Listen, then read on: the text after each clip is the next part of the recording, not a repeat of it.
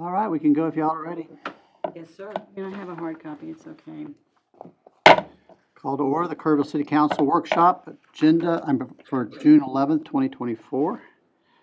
And do we have any public speakers? No, sir. Thank you, Ian. Let's start with item 2A. Mr., who we got doing that? Mr. Barron? No, you're not Mr. Barron. It says Burrow. Mr. Barron here, I'm sorry. No worries. Kyle, Mr. Burrow. Good afternoon. I just want to give you a few updates on projects. Feel free to ask any questions along the way or at the end. First one, just kind of starting up at the top of the spreadsheet I printed out for you, Heart of the Hills Heritage Center.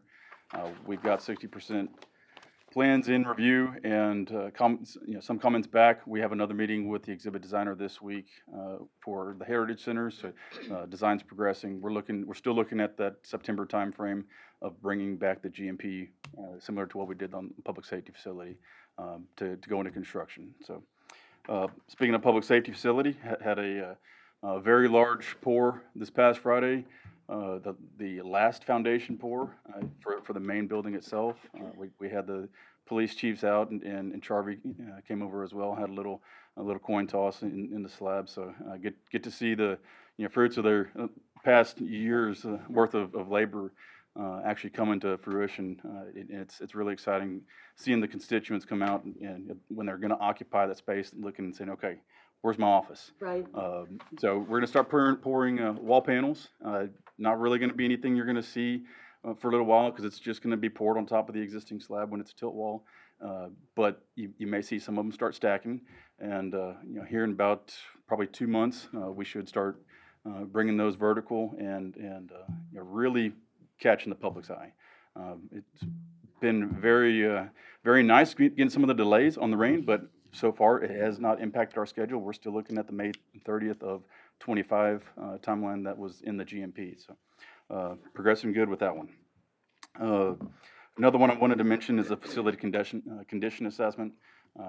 We've met with the consultant. There's a good number of items throughout and during the budget process. We're going to bring some items to you, and then that actual report will conclude in probably the August-September timeframe, based off of the direction that you give us. So, clarifier number 3, the rehab. I know that was recently on. I just want to kind of give folks an update on schedule. That's the one that we kind of talked about. You've awarded the construction contract, but nothing's going to happen for probably about 8, 9, 10 months. There's a long lead item on that mechanism, so you won't really see anything happening for a while. It'll all be behind the scenes with shop drawings and whatnot. So the TxDOT Transportation Alternatives, that's the 3 sidewalks on the other side of the river on Hill Country, Coley, and Wesley Drive. We are essentially complete on design. We've got the environmental clearance. Now we are waiting. It's going to be about a 30 to 60 day waiting period for TxDOT approval before we can go out to bid on these. The task for us right now is to bring bids in by the end of August to fit within their fiscal year. They're September 1 to August 31st fiscal, so that's what we're shooting for. Construction being wrapped up by the end of this year. So very fast tracked and much needed improvement project on that side. We've got number 19.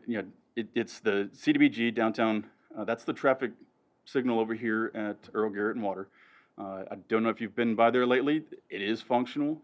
We are waiting for a few radar elements, so it's right now. Just bear with us. It's on a timing loop. We're kind of working out the little bugs, which actually is nice to have that component. But it will be radar activated, so you may be getting calls that it's taking a while. That just bear with us for about another month. We're looking at kind of mid-July of getting those.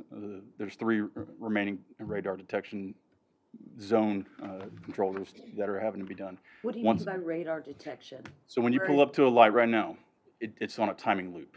It doesn't really matter if you're there or not. What the radar will do, it gets you multiple zones. So if there's cars in 2, 3, 4 zones, what it's going to do is it's going to cycle that quicker. Okay. Like Earl Garrett versus Water, there's a big difference in the, But especially it has nothing in the to day. do with speed. No. Only for you. Maybe we should just say yes for you and then. Yeah, basically what they do is they establish zones for the logic of the programming. Says, okay, there's one car parked in zone Right. one in zone two, and then the further out it gets, it's the whole balancing act of Okay. how long you want a car sitting versus, you know, the other side. And so that's what they'll do is activate the logic. Okay. That's all I had. If anyone has questions, yes, I sir. have a question about the Lois Street tank. Yeah. I see we are hoping to commence construction in fall of 2024 pending approvals. How likely are those approvals? Very likely, it's more just the timing. Yeah, we're really just, they do a cursory review, making sure that we comply with what was set forth in the application. This one was the remaining TTHM funds, so most of that has already been approved. They just have to do a formal approval through the review of the We plans. feel So, confident construction will start in 2024, fall of 2024? depending on when we bring this to you, I would actually probably say more of early 25. Okay. By the time we get approval, get it out to bid, bring it back to you for approval of the construction contract, we're going to be looking more of early 25. That tank was there when I was a little boy, so it's been there a while. I have a copy of the original receipt. It's very interesting to see how much the cost has gone up. Changed a little. So just a little bit. So. Anybody have any questions? All right, thank you. Thank you kindly. Thank you. Good report. All right, item 2B, Introduction to Balancing Act. I've been my Good life, afternoon. Balancing Act. So I'm going to show you guys a simulation tool that we are onboarding. What I'm going to show you today is actually loaded with our current adopted budget, just to avoid any confusion. But I want to tell you about it and then answer questions before this rolls out. So this has been something I'm going to 100% give Jacob credit for this one. I probably should have had him just present. He probably would have done a better job. So if I ask him questions, you'll have to forgive me for that. So what is Balancing Act? It's a budget simulation tool. So basically it's interactive. So we put it out to the public. It's in a cloud-based format to where you can use a link and you can go in and really interact with the budget that either we have in progress at the time or a current one, just depends on how we put it out. But it's a great way for citizens to provide feedback to us and then also for them to see their distribution of their tax dollars. And I'll show you that a little bit more. So the purpose of this program, increase meaningful transparency. So we talk about transparency all the time, but what does that really mean? You know, we're being transparent because we're showing everybody everything we're doing, but are we giving it to them in a way that people can understand and see? This way they can actually put their hands on it, manipulate it, and kind of see what it's really like to go through the budget process. We actually receive feedback from citizens who go through this process if they so choose to submit their balanced budget to us. And then it really will aid you as a council and us as a staff as far as, you know, using that feedback and guiding us through future budget processes. And then really provides good information to the citizens because it's really broken down. Martin, will you bring me to live view? So again, what you're seeing on the screen is our 2024 adopted budget. So just so we don't confuse it, this has nothing to do with 2025 at this point. But basically, when you log in, this is what you're going to see is everything that the city has already put in. This is where your money goes. So this is actually divided by either categories or departments, depending on you know, what we felt like was the appropriate way to show it. And then you can see over here on your right, your spending pretty much exactly like you see it within your budget, just in smaller categories.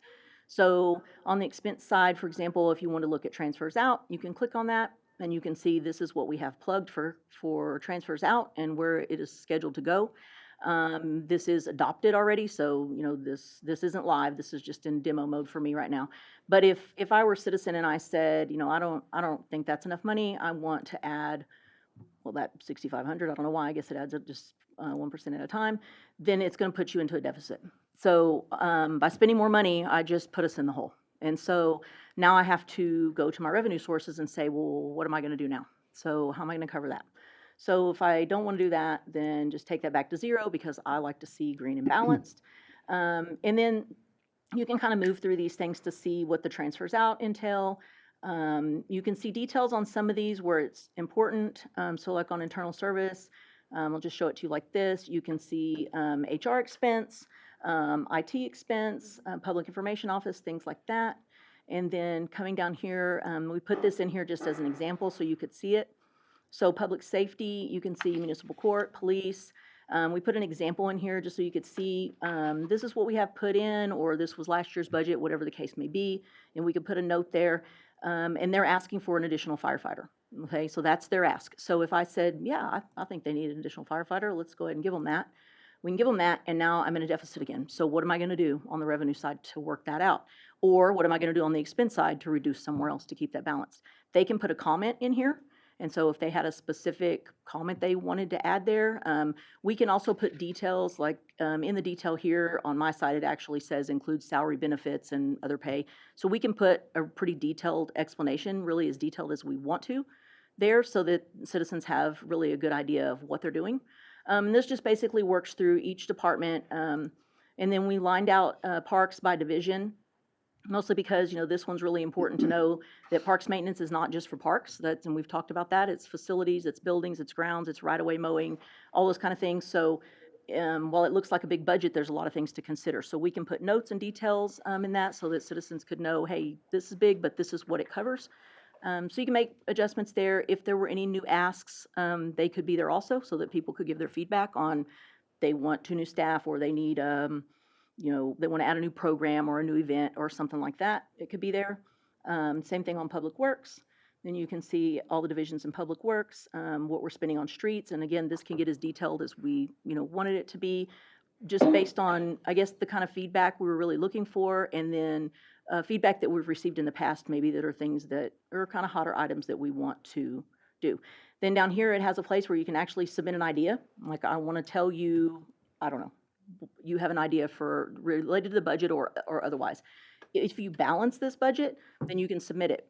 And you can submit it either telling us who you are or not, doesn't matter. And so this program compiles that data and puts it to us in a usable form so that we can see what citizen feedback is as it comes in.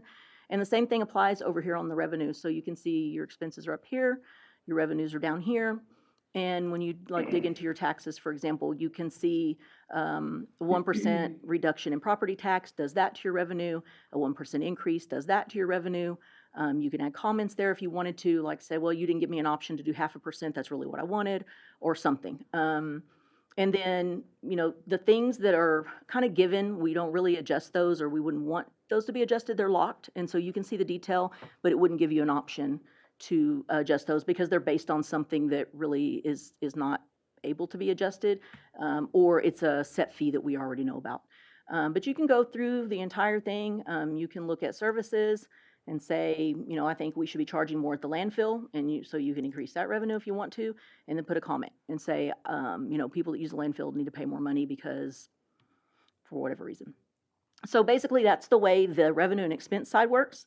And then once you balance it, in this case, we've added money to landfill, so we have a little extra money. So do we want to spend it or do we want to take another revenue down? So it kind of lets them work through the same process we work through, just on a more consolidated scale, but really a good tool for us to get feedback on. And we've looked at this in other cities and kind of worked through theirs over the last year or so and just playing with theirs.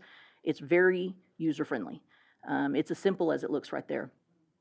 The other thing that really, I think, when Dalton and I first talked about this, that he was the most impressed with, sorry if I'm speaking for you, but I think this is true. So this actually lets you calculate your taxes based on the tax rate that's in the budget, based on the value of your home. And so what's neat about it is, Jacob added a link over here that says, okay, if you don't know your your property tax rate, value, go look it up. And so you can actually look up your assessed value. You can plug it in right there.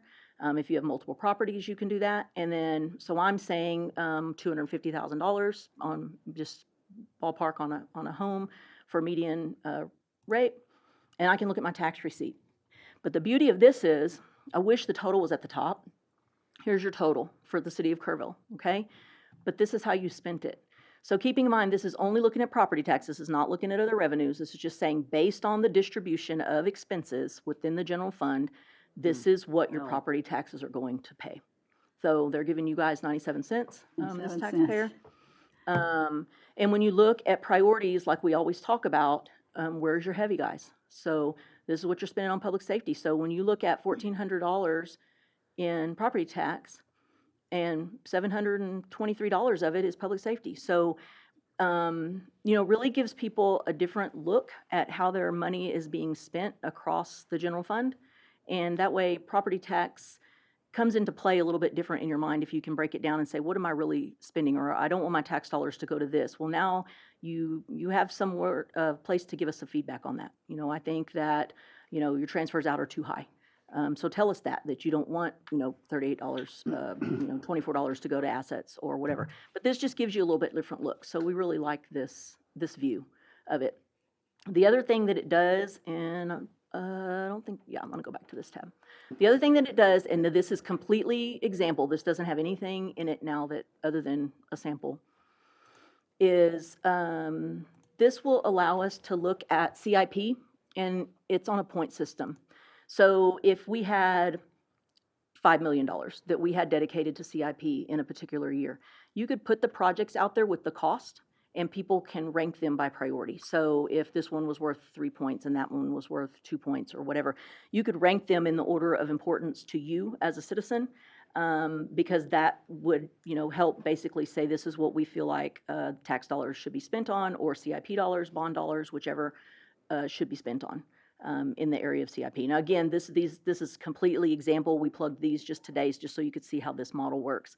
But just wanted you to see that this is something in the future, as we do long-term planning for capital projects, that we can put out there and say, these are the top projects and this is how much money we have to spend. So if you, click 5, well, then you're out of money. We have to take one off. And so if that one's 3 million and this one's 1 million, well, now you have $1 million. So what is that enough to fund? So it's really interesting tool. So just wanted to show it to you today. I'm hoping, I'm sorry? Okay, so I'm going to select 3. So we think this one's important. We personally think that one's important. It only doesn't work when it rains. And this one. So you can see that there's your point system.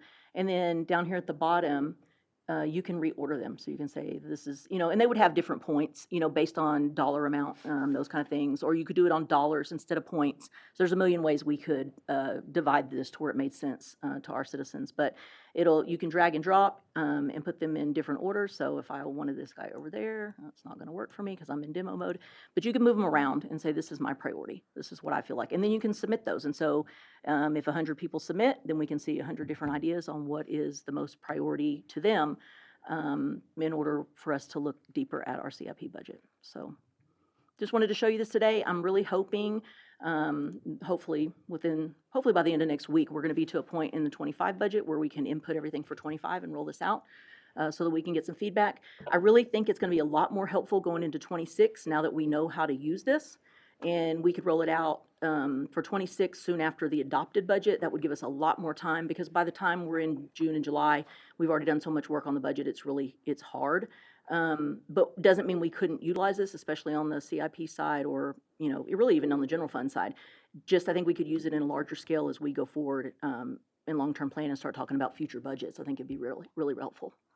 So any questions or feedback? Questions? And this is going to be available to the public Yes, ma'am. on the website? Yes. We'll do a press release, roll it out. We'll put a link on the website. And anyone can use it. And like I said, they can, if I could log in, I'm in demo mode, but when you first log in, it asks you, your zip code if you want to put it in. You can skip it if you don't. You can put your information in if you want to, but you're not required to. So you can either work in it on your own and not submit, or you can work through it and add your comments and submit. So Who analyzes the results of people? We will. I mean, it'll come in the way we have it set up. It'll come in by category, and the report's pretty easy for us to read. It'll come in like an Excel and give us data based on that. So, What if we have a lot of people who want to raise that city council revenue or expense? I'm just saying, what if you had an overwhelming opinion about something that shouldn't really necessarily be a priority when they're compared with all the other things that are Agreed. in that category? Who will be responsible for saying, that's a great idea, but No, thanks. It's not in our- Well, I mean, that'll be, I mean, ultimately you guys as it comes to you in the budget process. However, remember, there's certain things that we are gonna lock because it makes sense. You know, there's certain areas that, you know, we're not gonna, you know, make transfers out to asset replacement $3 million. We don't have $3 million. So that wouldn't make sense to do that. So that's kind of where we come in doing our best to give the best descriptions we can on things. And so as we load 25s, we'll put as much information as we can out there. Like if it's locked, we'll put a reason why it's locked. Because for example, some cities I've seen lock sales tax, some don't. You know, some say, we think your sales tax estimation's too low. I mean, I think that's something we look at and we accept that, but at the same time, I have 20 years of data.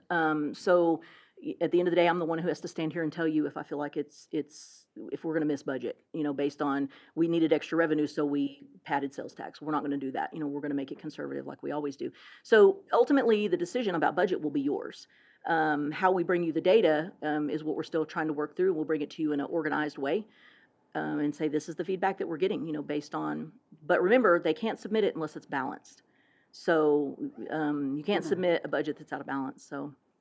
Okay, so how do you get projects listed on here that you want to potentially be rated? And is that rating done by the public or by the Well, people in this room? we'll put the projects on there based on either the list that's in progress already. If they're already funded, then it wouldn't make sense for us to put them on here Okay. because they're already funded, they're already happening. Right, So it would be potential projects that maybe we have, let's just use, we have $500,000 that is not allocated within CIP. So that's enough to do maybe a couple of small projects, so maybe we would put those on there with a $500,000 budget and say, you have $500,000.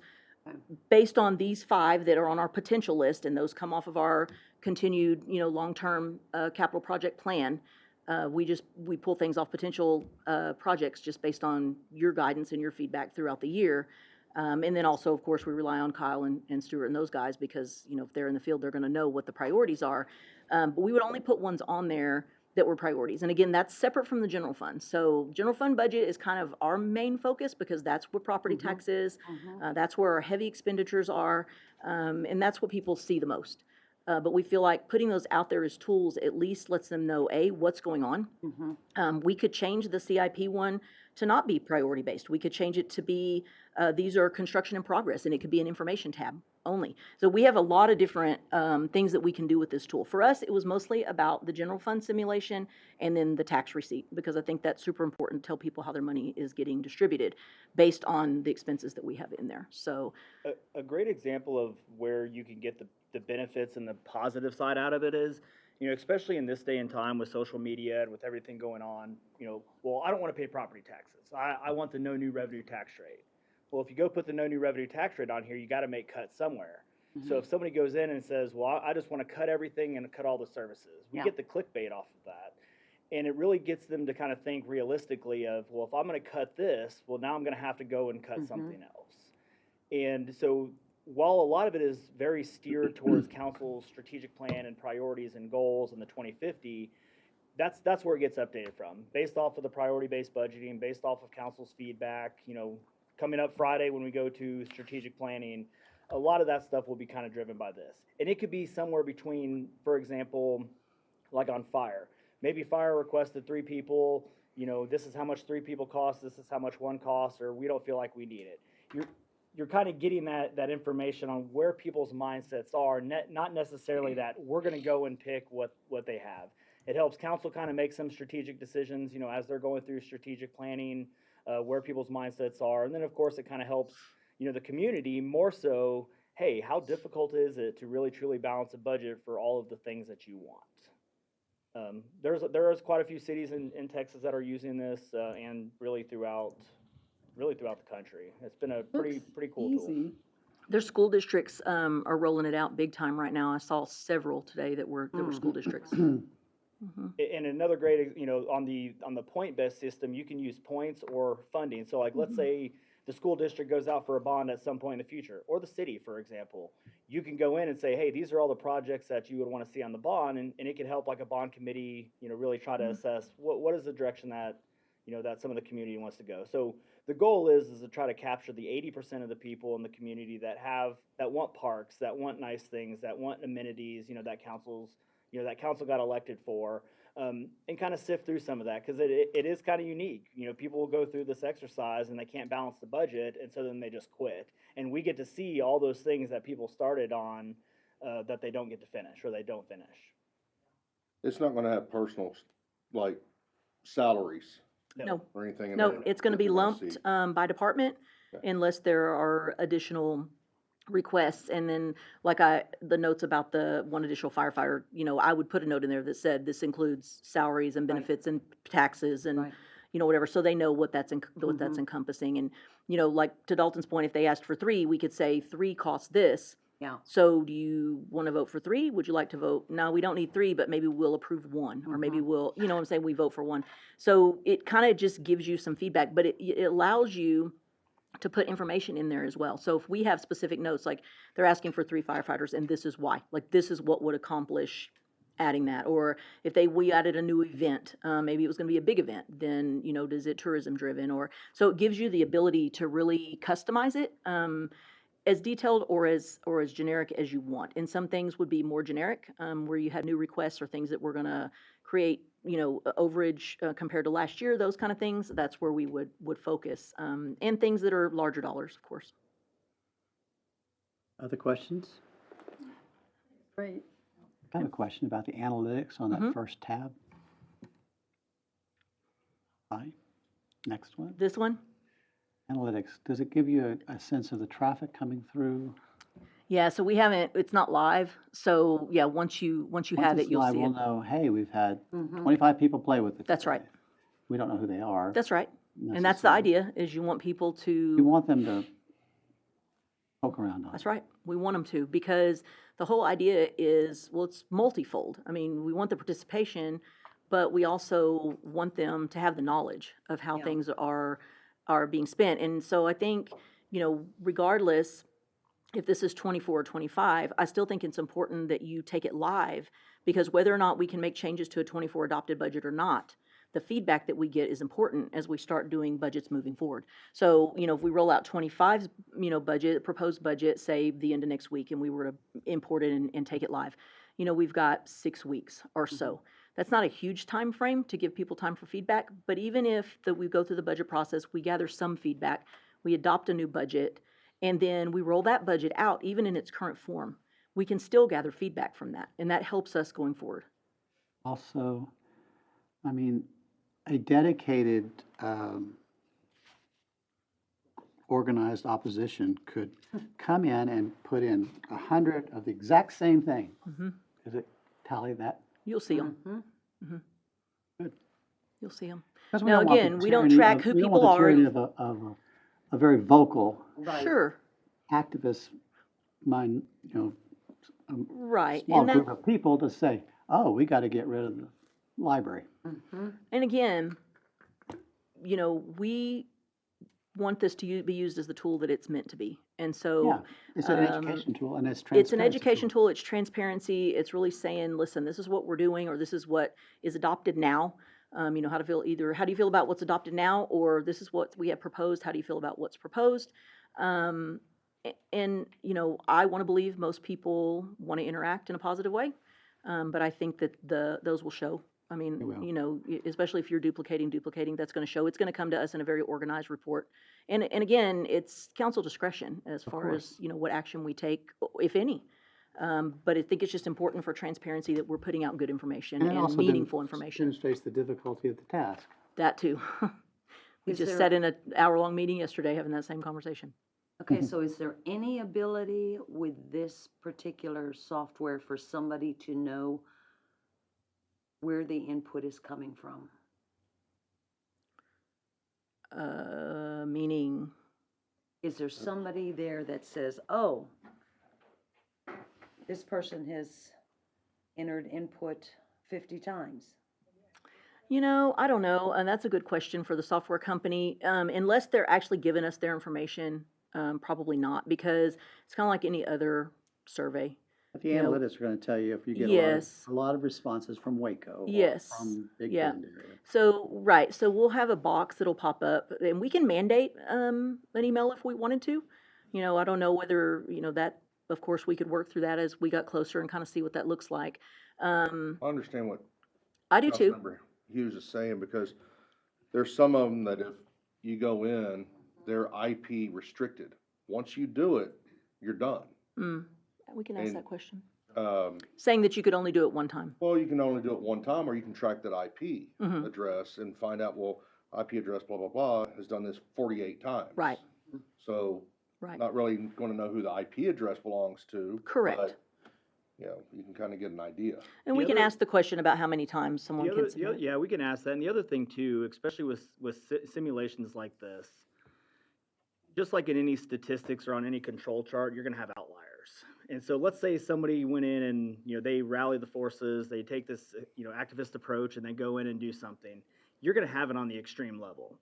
Right. So the most realistic one is gonna be, we wanna tank property taxes and we're gonna tank all services within it. That's gonna show up as an outlier within the statistical data, because that's not realistic for any city to be able to do that.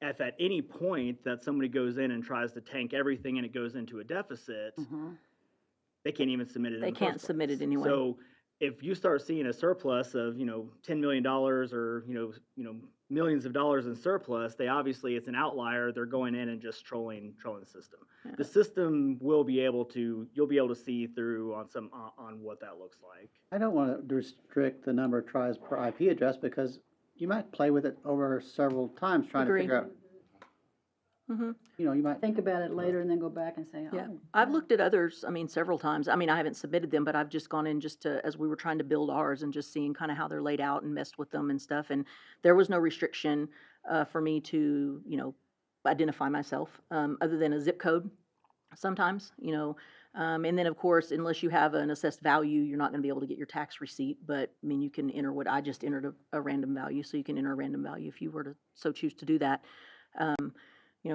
I think it's a good way, it's another way for us to just encourage transparency more and more. It's not a difficult task for us to put this together, using just basically an import file once we have it built out, minus just some details.